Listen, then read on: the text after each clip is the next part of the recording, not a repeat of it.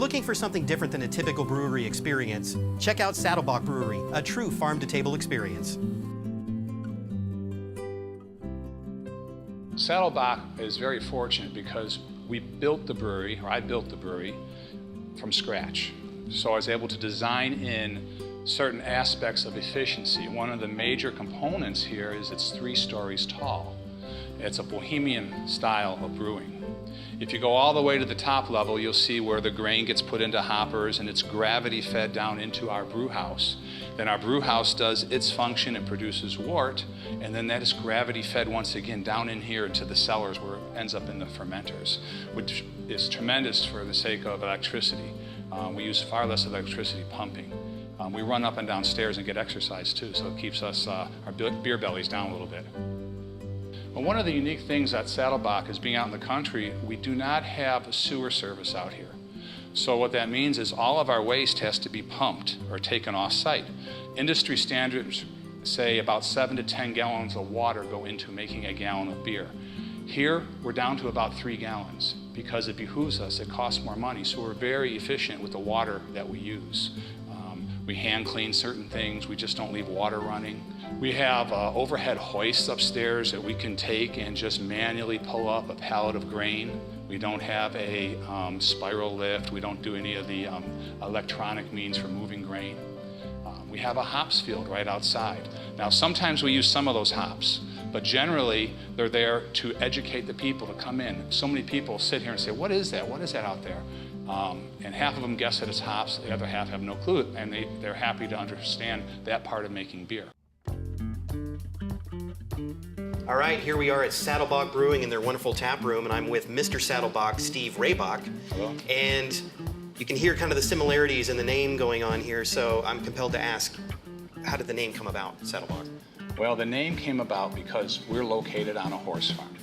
We had horses out here, trying to come up with a name. We got horses, saddle, and my last name is Rehbock. I've got a built-in beer reference in my name, so Saddlebock wasn't being used anywhere, and so it stuck. Awesome. And I mean, it's a unique name, and so it's fun. It's memorable. I like it, and obviously it's a signature for you guys. So. Yes, it is.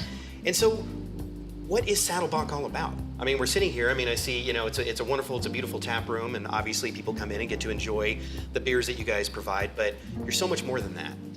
Well, we really are, and it really is about our location and the beer we make. We really make some good beer out here. We get complimented all the time on the beer. But what stands out is we're not in a strip mall. We're out 5 or 10 minutes away. People can enjoy the country out here. Our brewery was built to be a brewery. There was no building here. People ask that all the time. Was this a barn you retrofitted? No, this was built to be a brewery. We're on the White River. We have a lot of access to the water. People come and go. There's just so many things that you can do here and enjoy that you can't do if you're right in the city in a strip mall. Awesome. It is beautiful out here. And so what you say you've grown, obviously everybody grows in a business and whatnot, but mindset and the evolution of the business here too. So what did you think you wanted to be when you started, and where is it heading now? Well, when we originally opened, you had to choose between being a production brewery and a taproom brewery. So we wanted to make a lot of beer. So we decided to be a production brewery, which meant no food on site, no production of food. Well, they've changed the laws since then. Now we can have food, we have a restaurant, we serve food every day. But we didn't think people were gonna come in. We didn't even have this tap room as part of our plans until 2 weeks before we opened. Oh, wow. We were gonna be all production, but it occurred to us some people may wanna come out, sample the beers if they're gonna put it into their restaurant or bar. So we had an interior designer come up with this bar area here, and we have about 8 seats. Well, lo and behold, people started coming out here with guitars, and I don't know why that happened. But like that's just the natural progression. People just show up with guitars. Why not? They did, and they were very talented people from local bands, and they started picking and playing together. We had times where this little room here, and we would be sitting in the brewery now because there was a wall right here, was just filled with 8 to 10 people playing guitars. But it became a very friendly atmosphere. They brought out their friends. Next thing we knew, we had to grow. We started adding decks onto the outside. We pushed this wall aside. We have much more room here. We had to close part of this brewery down just because tap room became a precedent. We started selling more and more beer out of the tap room. One of the questions we often get is, can I bring my kids? Can I bring my dogs? We were voted the most dog-friendly establishment, restaurant, whatever, in Northwest Arkansas. So that was something else unique. People are in here with their animals all the time, and families are welcome. We want to bring people in that aren't just beer drinkers. We have a full menu. We have soft drinks. We have wine. We have everything like that. And to complement all the brews that you have that we're going to talk about as well, the food. You guys serve incredible food. And some of it actually, because you have some cattle on site as well, correct? And some of that's worked into the menu? We do. After a couple years, the horses left. So what am I going to do with this property? Someone recommended, why don't you just put cattle out here? You've got the food. The beer grain is a waste byproduct. It wouldn't cost you anything really to raise them. And I thought, what a great idea. It was actually a fellow who works for me had that idea. We give away all our grain to other farmers in the meantime. So now we've got Black Angus that we raise on site with our own spent beer grain. And there's a USDA butcher when we harvest the cattle. We use them for high-end premium steaks, and there's no antibiotics. It's farm to table. It's one of the true farm to table restaurants you can come to. And if you look on our board today, you can see we've got, I think, a ribeye and a filet as the specials for our steaks. We also make a very tasty German brat. The butcher actually makes that. And we've got our Saddlebock hamburger, which is prepared from the same meat. You can still get commercial meats here, that great, but most of the people come out here for our farm-to-table meat.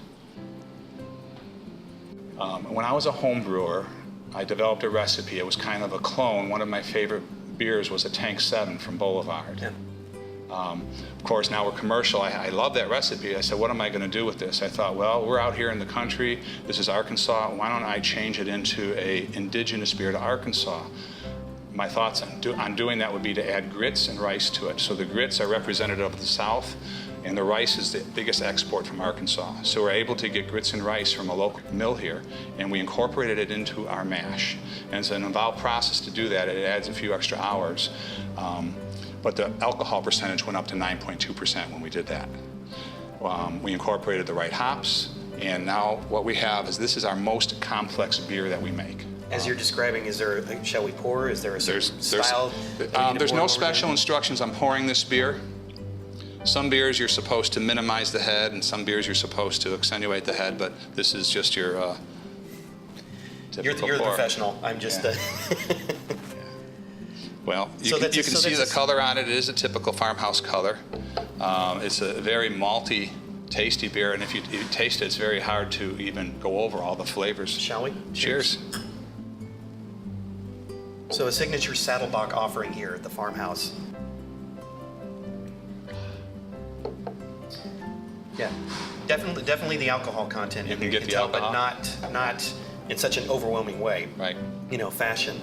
And you said it's a fun one for you to brew, you guys. And again, talking about signatures, that you guys are all over the map. I mean, IPAs, lighter offerings for those that are, it's not a journey. People don't start light and always go down the the progression. Did you like what you like to drink? But it's nice that you have an offering for everyone's palate. So it is, and this has turned into such a popular beer. We only can 2 different SKUs. It's this and our Dirty Blonde. Those are the 2 most popular beers that we have. Well, Stephen, thank you again for the sample here. And for those that haven't tried, I suggest come out and start with the farmhouse, or start with any of the other the brews on the menu. But this is a fascinating brew right here. So thank you so much for sharing. Feel compelled to cheers again. Well, thank you very much. I've been really blessed to run Saddlebock for a long time here. I opened it. We've come a long way. We've grown in our production. But after 7 years, there's still more to do on this property. We have a resort opportunity here. And I'm looking for somebody right now to take over my day-to-day operations at Saddlebock as we open a wedding event center called Simple Blessings. And I really think that's a reflection of many things, that we've had a lot of simple blessings out here. I wasn't kidding, guys. It's a farm-to-table experience, but it's so much more. Saddlebock Brewing is a true destination. Cheers.